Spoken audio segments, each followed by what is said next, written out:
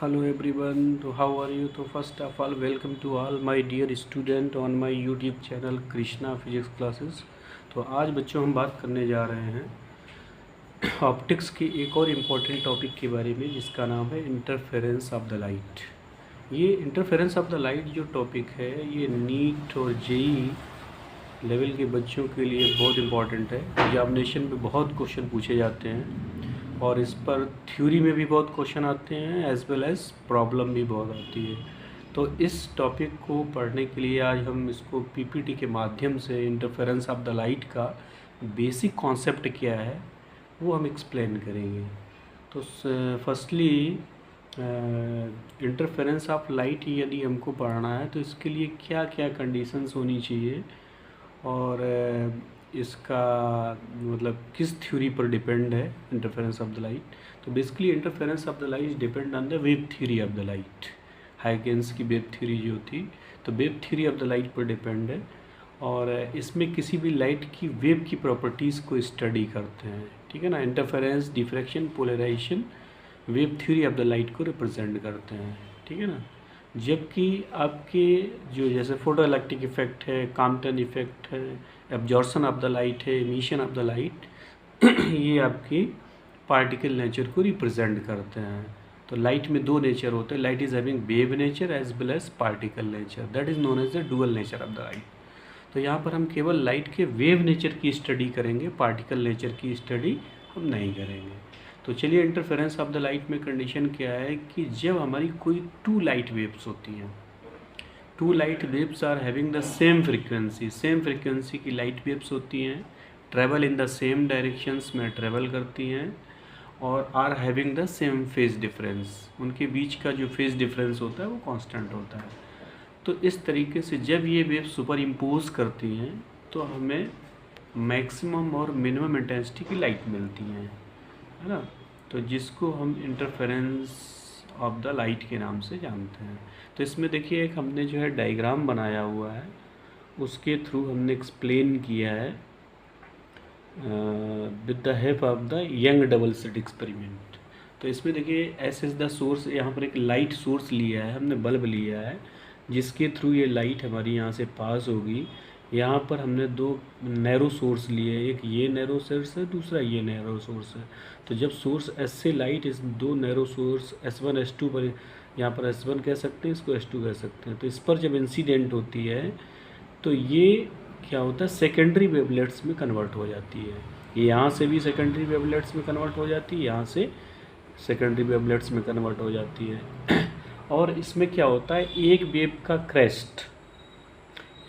Crest जब दूसरे के क्रेस्ट से मिलता है या एक वेव का क्रेस्ट दूसरे के ट्रफ से मिलता है, तो जब क्रेस्ट से मिलता है तो मैक्सिमम इंटेंसिटी होती है और जब क्रेस्ट ट्रफ से मिलता है तो मिनिमम इंटेंसिटी। इसके लिए एक डायग्राम हमने बनाया हुआ है जिसके थ्रू आप समझ सकते हैं। ये देखिए एक वेव है जिसमें एक क्रेस्ट है और ये क्रेस्ट बना, ये ट्रफ बना, ये क्रेस्ट बना, ये ट्रफ बना, तो हमें क्रेस्ट और ट्रफ मिलते हैं किसी भी वेव में। सिमिलरली ये सेकंड वेव है, दोनों वेव हमारी सेम एम्पलीट्यूड की हैं, सेम डायरेक्शन में ट्रेवल कर रही हैं और दोनों का फेज डिफरेंस भी हमारा कांस्टेंट है। तो जब ये वेव दूसरी वेव से सुपर इम्पोज करती है, तो सुपर इम्पोज करने में क्या है कि जब इस वेव का क्रेस्ट दूसरे के क्रेस्ट से मिलता है तो यहाँ पे मैक्सिमम इंटेंसिटी की लाइट मिलती है।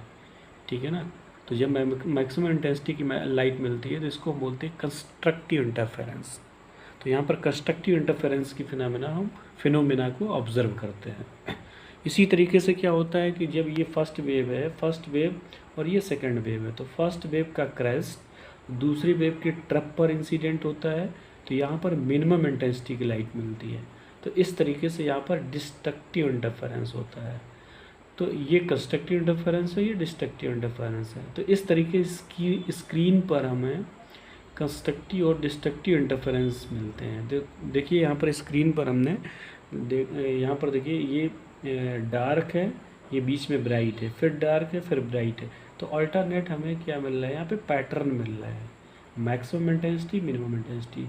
तो जो मिनिमम इंटेंसिटी है वो डार्क होता है और जो मैक्सिमम इंटेंसिटी का वो ब्राइट होता है। तो इस तरीके से पूरे एक्सपेरिमेंट में हमें मैक्सिमम और मिनिमम इंटेंसिटी की इंटरफेरेंस फ्रिंज मिलती है, ठीक है ना।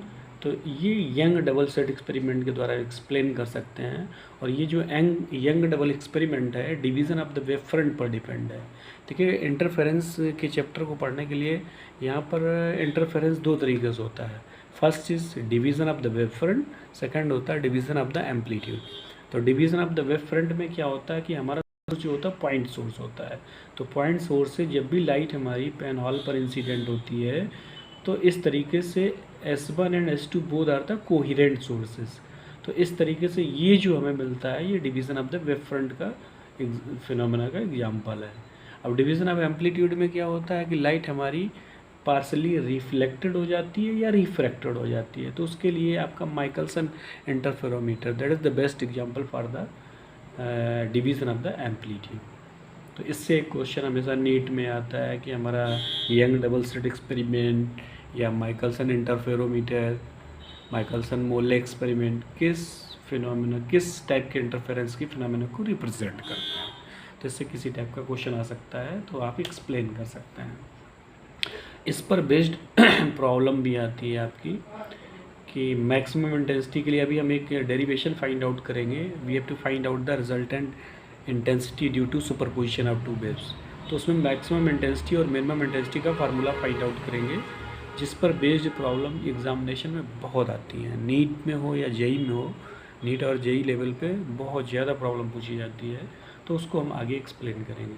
तो इस तरीके से इसमें यंग एक्सपेरिमेंट को एक्सप्लेन करते हैं। और आगे इसमें नेक्स्ट जब टॉपिक होगा तो हम नेक्स्ट लेक्चर में एक्सप्लेन करेंगे। और तब तक के लिए सभी को धन्यवाद। Thank you to all for watching my video. Please like and subscribe my channel Krishna Physics Classes. Thank you to all.